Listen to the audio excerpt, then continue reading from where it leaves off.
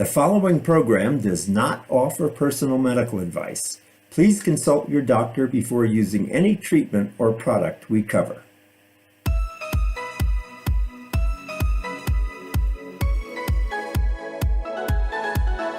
Welcome to Go to Health Media with your host, Jonathan Marks.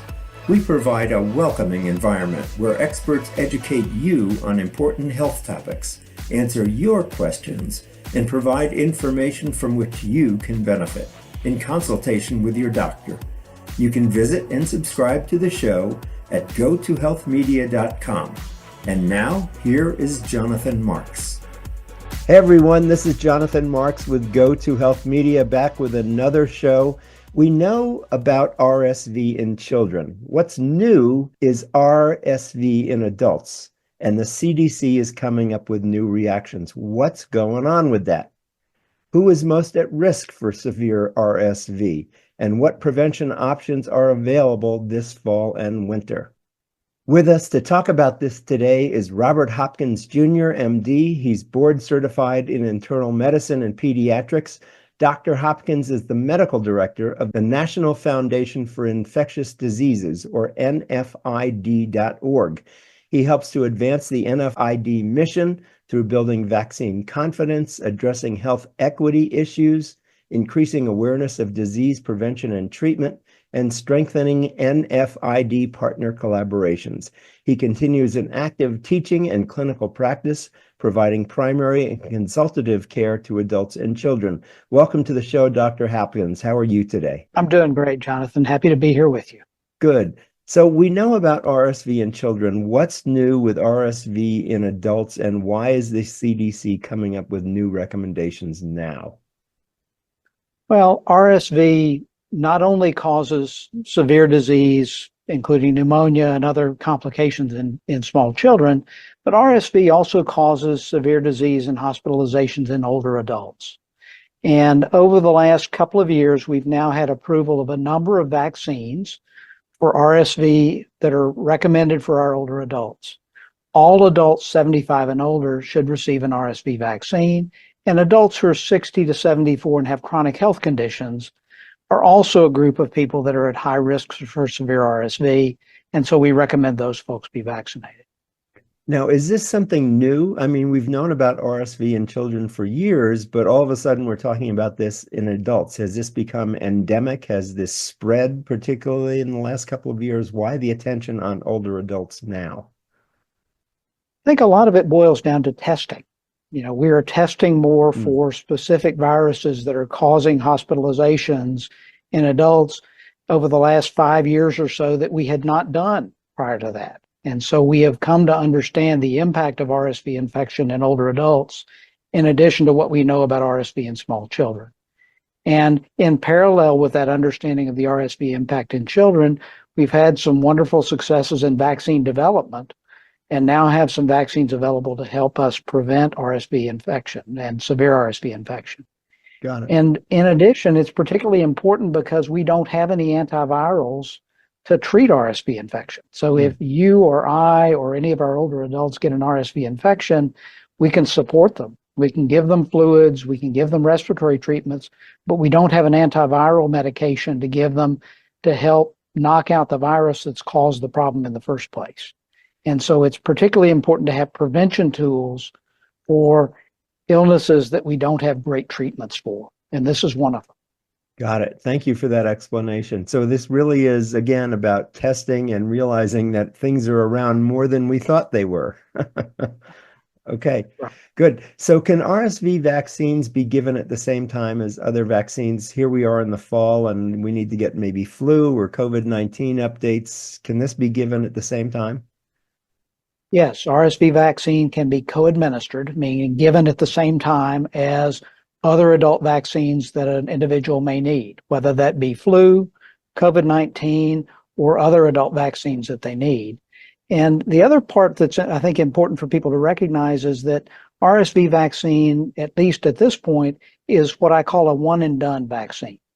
You don't have to give it every year like you do influenza, or once or potentially even a couple of times a year for COVID-19. You give it once, and to this point, you don't give additional doses. We're continuing to follow this, and it may be we have recommendations for more down the road. But for now, if you got RSV vaccine last year, you're good to go. If you haven't had RSV vaccine and you're in one of those risk groups, get it now. You're getting it before RSV is really, so to speak, ripping and roaring in our communities, so that you can build up your immunity to have better protection. Good. Are there side effects to the vaccine? Arm pain, fever, headache? Any vaccine can cause symptoms like you've mentioned, arm pain, fever, headache, because you're stimulating the immune system. Stimulating the immune system causes some of those symptoms. But if you have those symptoms, take a fever reducer, take an analgesic, to help reduce those symptoms. Those are no more or no worse than we would expect for other vaccines. Got it. Now, you help to advance vaccine confidence in the public. When I grew up, we all just got vaccinated. There weren't any questions. What are some of the issues surrounding vaccines these days? Well, we've got a number of challenges. One is that over the course of the pandemic in particular, we've seen a real increase in anti-science and anti-vaccine posts on different media and social media platforms. This, I think, has helped erode some of the confidence that people had in vaccines, in science in general, and in a lot of other things in our society.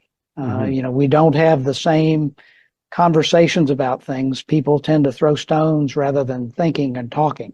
And so that's become a real challenge. And so one of our goals at NFID is to help people to understand what the science is, what the truth is, and what are the tools we can use to help prevent and reduce the impact of infectious diseases to our society and to individuals within that society.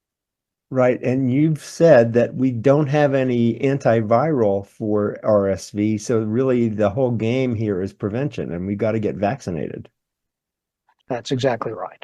Have there been any adverse reactions to the vaccinations that we should know about? Well, generally, it's a very safe vaccine. There have been a few reports of some side effects that our colleagues at FDA and others are investigating. But to this point, it appears that getting the vaccine is far safer than any risk of getting severe RSV infections. Good. That's a great clarification. So any problems are being investigated by the FDA, but it's much better to get these side effects rather than get RSV itself. Other than some of those local reaction things we talked about earlier, the risk of any other effects is really very small. Great. Thank you. I mentioned that you address health equity issues. Can you explain what health equity is and why it's important? Well, there are, unfortunately, for many vaccines, for many interventions in our society, there are people that have better access to those tools than others. I think it's a real challenge that we don't have equal availability of vaccines to people in rural communities and urban communities. It's a challenge that certain racial and ethnic groups or people that have certain lifestyles don't have the same access to vaccines and other preventive tools as others.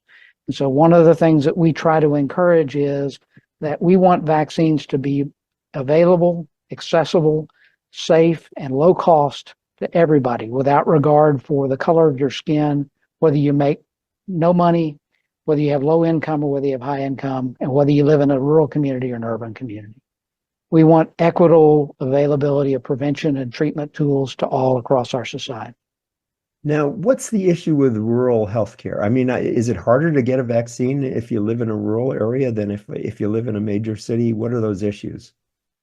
Well, I live in the state of Arkansas. Unfortunately, across the 75 counties in the state of Arkansas, many of which are rural, many of those counties don't have a medical provider. They don't have a hospital. They may have one pharmacy or no pharmacies. And if you have to drive 20 or 30 or 50 miles to get to a healthcare provider, that's going to be a challenge for some people to get preventive tools available to. And so if you don't have access, that's a problem. And so we want to try to do what we can to try to get equal access to people. Good. Now, people can go to learn more. I have an organization here that you're working with called Champions for Vaccine Education, Equity, and Progress. And if people want to learn more about RSV, they can go to cveep.org. That's cveep.org.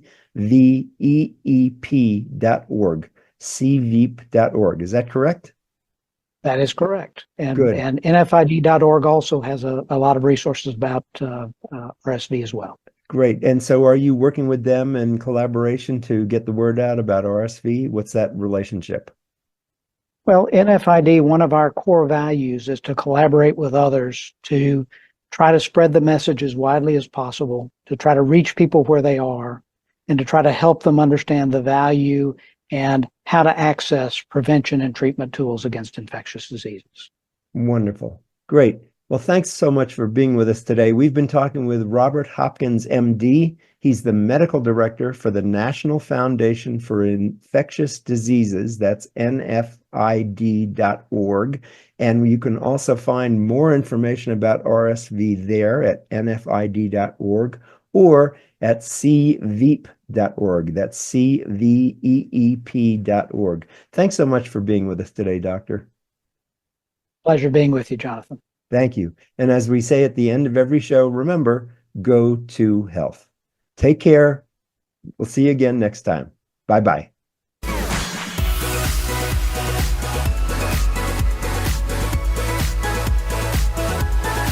Thank you for tuning in this week to Go to Health Media. Be sure to join Jonathan Marks and another health expert next time. You can also catch the program on your favorite podcast platform.